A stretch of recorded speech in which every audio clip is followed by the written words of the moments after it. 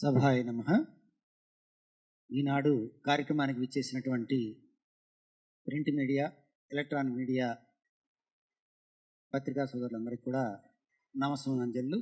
అలాగే ఈ కార్యక్రమానికి వచ్చినటువంటి సాయి భక్తులందరికీ కూడా ఆ సాయినాథుని యొక్క కృపా కటాక్షములు కలగాలని మనస్ఫూర్తిగా కోరుకుంటూ, ఈనాడు ఎక్కడ చూస్తున్నా కూడా మీరు 1980 సంవత్సరం నుంచి తీసుకుంటే ఆటో దగ్గర నుండి, బస్సు దగ్గర నుంచి, కారు దగ్గర నుండి, వాహనం దగ్గర నుండి ఎక్కడికి వెళ్ళినా సాయినాథుడు కనపడతాడు. ప్రతి ఇంట్లో సాయిబాబా పేరు వినపడుతుంది. తెలుగు రాష్ట్రాల్లో ముఖ్యంగా సాయినాథుడి గురించి ప్రత్యేకంగా చెప్పాల్సినటువంటి అవసరం లేదు. మన 33 కోట్ల దేవతల్లో ఎవరికైనా వేరే పేర్లు తెలియవేమో కానీ బాబా పేరు తెలియని వాళ్ళు మాత్రం ఉండరు. అలా బాబాని తమ గుండెల్లో పెట్టుకుని ఆరాధిస్తున్నటువంటి సాయి భక్త కోటి యొక్క మనోభావాలు దెబ్బతినేలాగా కొంతమంది వ్యక్తులు బాబా గురించి తెలియక, బాబా గురించి తెలుసుకోకుండా ఇష్టం వచ్చినట్టుగా మాట్లాడుతున్నారు. ఒకరి యొక్క స్వేచ్ఛని హరించే హక్కు ఎవరికీ లేదు. మీ ఇష్టమైన దేవుణ్ణి మీరు అభిమానించుకుంటున్నారు, మా ఇష్టమైన దేవుణ్ణి మేము కొలుచుకుంటున్నాం. ఇందులో మీకు మాకు ఎటువంటి విభేదం లేదు. ఇక్కడ సాయి భక్తులు ఎవరికీ నష్టం చేయటం లేదు. సాయి భక్తుల వల్ల ఎవరికీ ఎటువంటి కష్టము కలగటం లేదు. ఉదాహరణకి మీరు ఒక్కసారి గతంలోకి వెళ్ళినట్లయితే, సాయి మందిరాలు వచ్చిన తరువాత సాయి భక్త నామంతో ప్రజల్లో ఒక చైతన్యం వచ్చి గ్రామ గ్రామాన భక్తి ఉద్యమం ప్రారంభమైంది. ఎంతోమంది స్వాంతన చెందారు, మత మార్పిళ్ళు తగ్గాయి. బాబా నామం చేసుకుంటూ బాబా మీద అభిమానంతో చాలామంది దురలవాట్లు మానుకున్నారు. బాబా మార్గంలోకి వచ్చిన తర్వాత బాబాని గురువుగా, దైవంగా పూజించుకుంటున్నారు. మన భారతీయ రాజ్యాంగ ప్రకారము ఇది సెక్యులర్ కంట్రీ. ఇక్కడ ఎవరు ఎవరినైనా సరే పూజించుకోవచ్చు, పూజించుకోవద్దు అని చెప్పేటువంటి అర్హత ఎవరికీ లేదు. ఇక్కడ మేమంతా ప్రశాంతంగా బాబా దేవాలయంలో సమాజానికి ఉపయోగపడేలాగా, సమాజంలో వెన్నుముకలాగా ప్రతి గ్రామంలో, ప్రతి పట్టణంలో సాయి భక్తులు సాయి దేవాలయాలు ఏర్పాటు చేసుకొని ప్రతి గురువారము కూడా భజనా కార్యక్రమాలు, అన్నదాన కార్యక్రమాలు, సేవా కార్యక్రమాలు, ఉచిత వైద్య విద్యా సౌకర్యాలు కల్పిస్తూ సమాజంలో ఒక భాగమయ్యాం. ఎంతోమంది పీఠాధిపతులు దేవాలయాలకు వచ్చి ప్రవచనాలు ఇస్తూ ఈ దేవాలయాల్లో ప్రతిష్ఠ చేస్తున్నదంతా కూడా ఆగమ శాస్త్రం ప్రకారం ప్రతిష్ఠ చేస్తున్నారు. బహుశా మీరు దేవాలయాలు అనరేమో, కానీ మేము సాయిని మా హృదయం అనేటువంటి దేవాలయంలో ప్రతిష్ఠించుకున్నాం కాబట్టి సాయి మందిరాలన్నీ కూడా దేవాలయాలే. ఒక సాయి బాబా విగ్రహాన్ని మీరు ఒక్కసారి చూడండి. ఆ విగ్రహానికి ఎంత ఖర్చు అవుతుంది, ఆ మందిరం నిర్మాణం చేయడానికి ఎంత ఖర్చు అవుతుంది, దాని వెనక ఎంతమంది భక్తులు ఉన్నారు, ఈ రోజున సాయి భక్తి ఉద్యమంలో ఎంతమంది స్త్రీలు ఉన్నారు, ఎంతమంది బాబా పేరిట వృత్తిని పొందుతున్నారు, ఎంతమంది బాబా మీద బ్రతుకుతున్నారు, బాబా మీద ఆధారపడి ఎంతమంది ఉన్నారు. పూజారులు కానివ్వండి, ఉద్యోగులు కానివ్వండి, సిబ్బంది కానివ్వండి, భక్తులు కానివ్వండి, అసలు బాబాని వ్యతిరేకించే వాళ్ళు బాబా భక్త సమాజంలో లేరు. బాబా అంటే తెలియని చోట ఉన్నారు. ఏదో తెలియక ఏవో కొన్ని మాటలు వ్యతిరేకమైనటువంటి అర్థంతో వక్రీకరించి బాబా మార్గంలో ఒక ప్రత్యేకమైనటువంటి వ్యతిరేకతని తీసుకురావాలని ప్రయత్నిస్తున్నారు. ఇది మీ వృధా ప్రయత్నమే. ఎందుకంటే ఒక వ్యక్తి ఒకరిని ప్రేమించారనా, లేదా ఒకరిని ఇష్టపడ్డా, ఒకరి మీద అభిమానం పెంచుకున్నా అంత త్వరగా వాళ్ళ నుండి వాళ్ళని వేరు చేయలేరు. అలాంటిది గుండెల్లో పెట్టుకొని గుడి కట్టుకొని ప్రతిరోజు బాబాకి నైవేద్యం పెట్టకుండా, బాబా నామస్మరణ చేయకుండా, బాబా పారాయణ చేయకుండా, బాబా దేవాలయానికి వెళ్లకుండా బాబానే సర్వస్వంగా భావించేటువంటి కోటాన కోట్ల భక్తులని మీరంతా మార్చగలరా? ఒక్కసారి ఆలోచించండి. ఆకాశం మీద ఉమ్మేద్దాం అనుకుంటున్నారా? ఏనుగు వెళుతుంటే కుక్కలు అరిస్తే ఏనుగుకేమైనా అవుతుందా? ఈ రోజున షిరిడీ మందిరాల్లో, బాబాగారి మందిరాల్లో జరిగేటువంటి సేవా కార్యక్రమాలు వేరే దేవాలయాల్లో జరుగుతున్నాయా?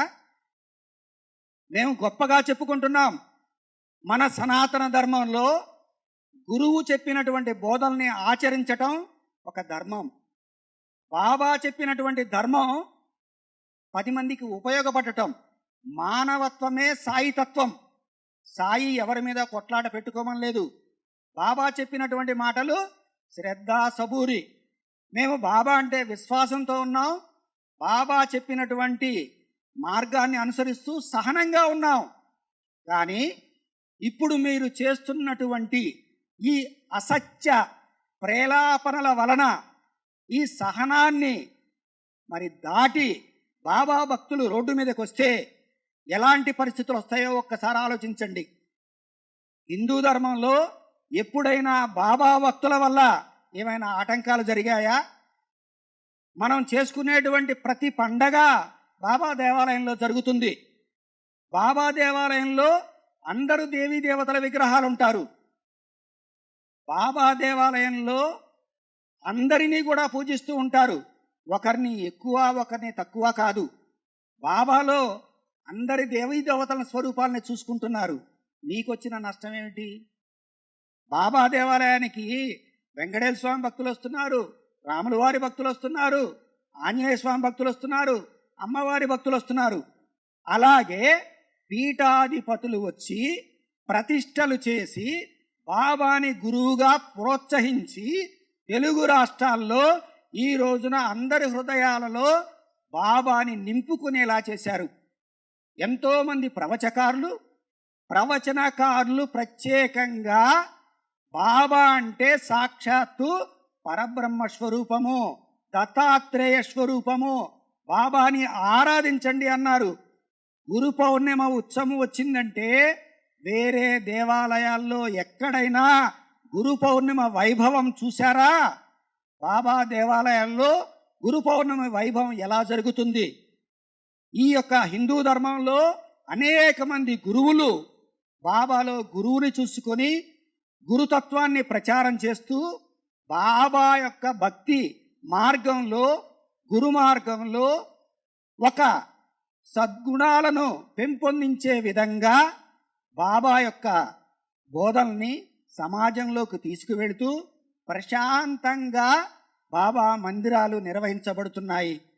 ఎక్కడైనా ఎప్పుడైనా బాబా మందిరాలు బయటికి వచ్చి గొడవలు చేయటం, ధర్నాలు చేయటం, లేకపోతే ఏదైనా సంఘ విద్రోహ చర్యల్లో పాల్గొనటం ఎప్పుడైనా చూశారా?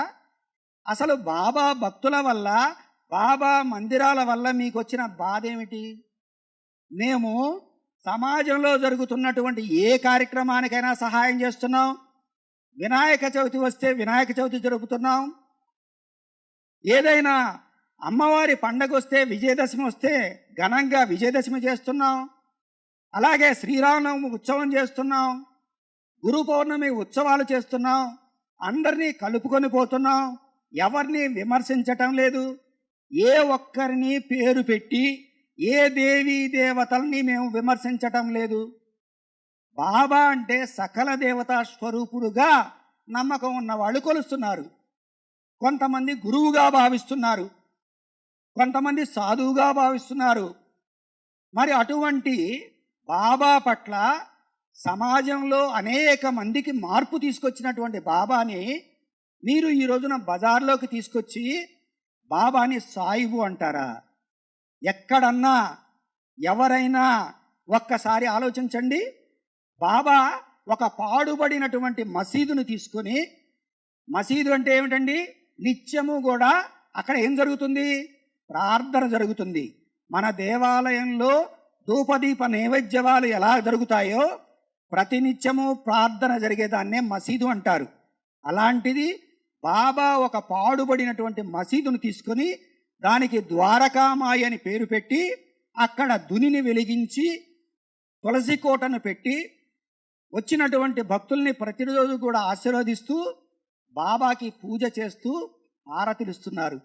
ఇది ఇస్లాం సాంప్రదాయంలో ఎక్కడైనా ఉందా? ఏ విధంగా మాట్లాడుతున్నారు? అన్నీ అసత్యాలే. మీ దగ్గర మాట్లాడేదానికి ఒక్కదానికి కూడా ప్రమాణం లేదు.